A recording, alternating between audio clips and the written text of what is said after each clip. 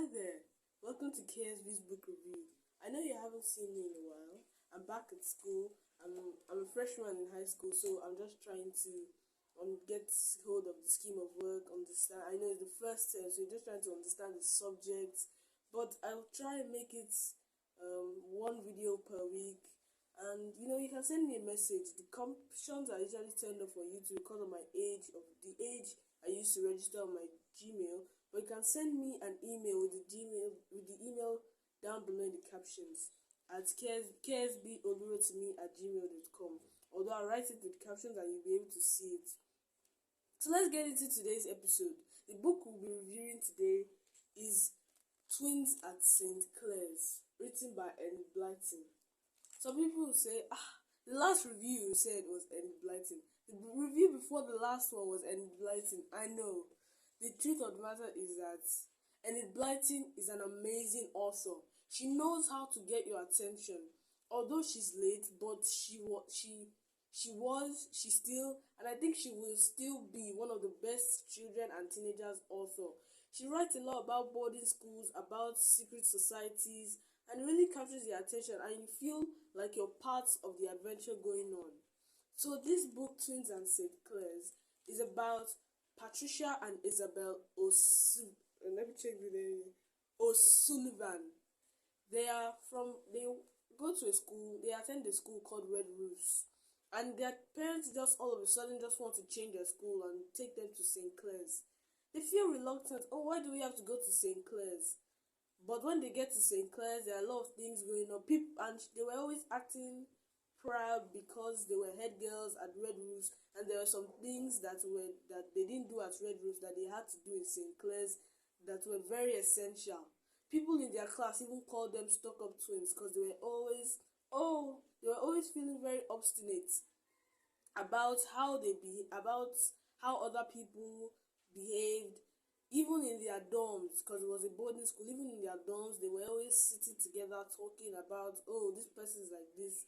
They even didn't want to go on errands that their seniors sent them.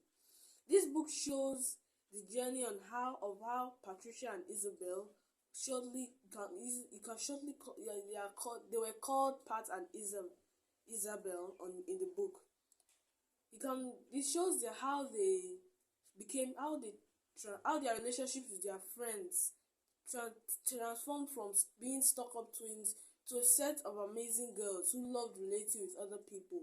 Now, if you read this book, it shows how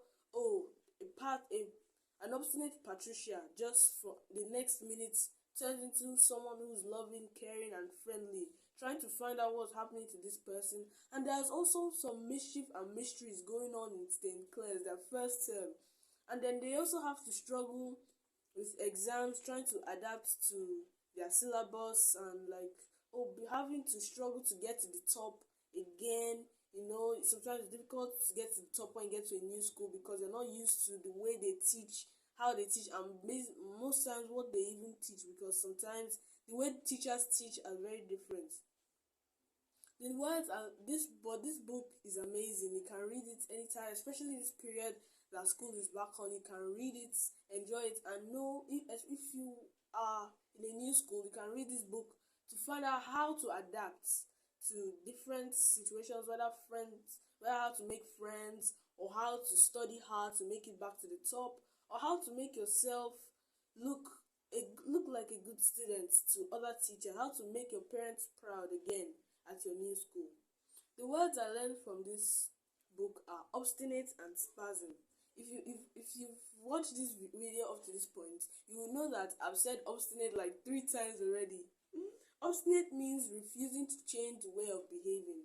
Like when Pat and Isabel were obstinate, that means they didn't want to change the way they behaved, because they were always, they were used to everyone always looking up to them.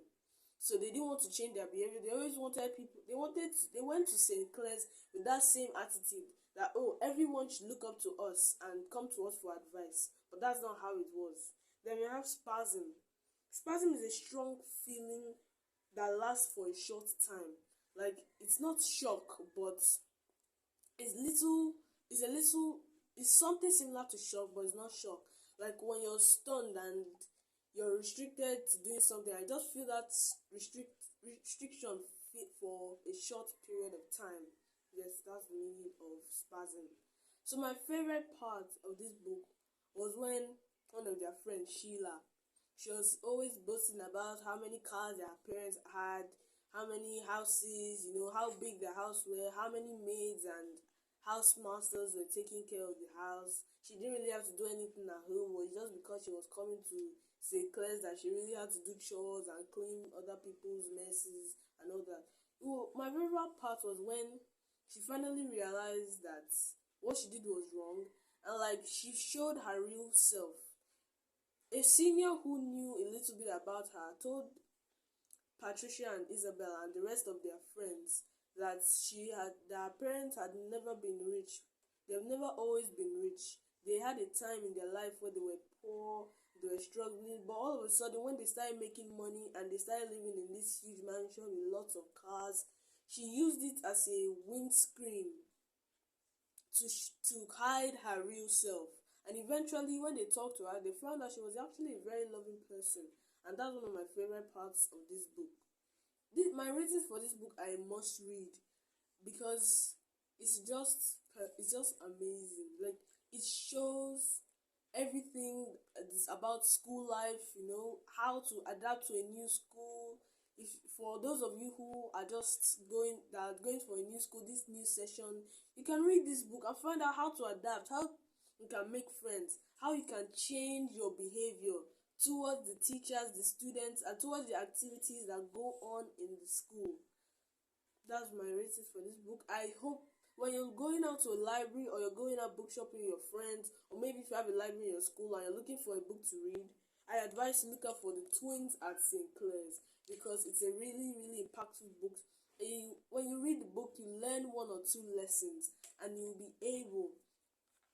learn one or two lessons, and it will open you up to different perspectives of life.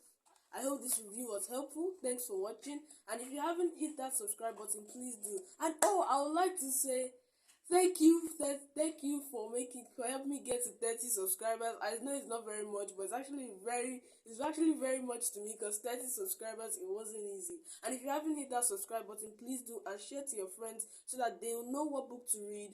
Don't forget to like and subscribe. Thanks for watching. I'll see you in my next episode. Bye.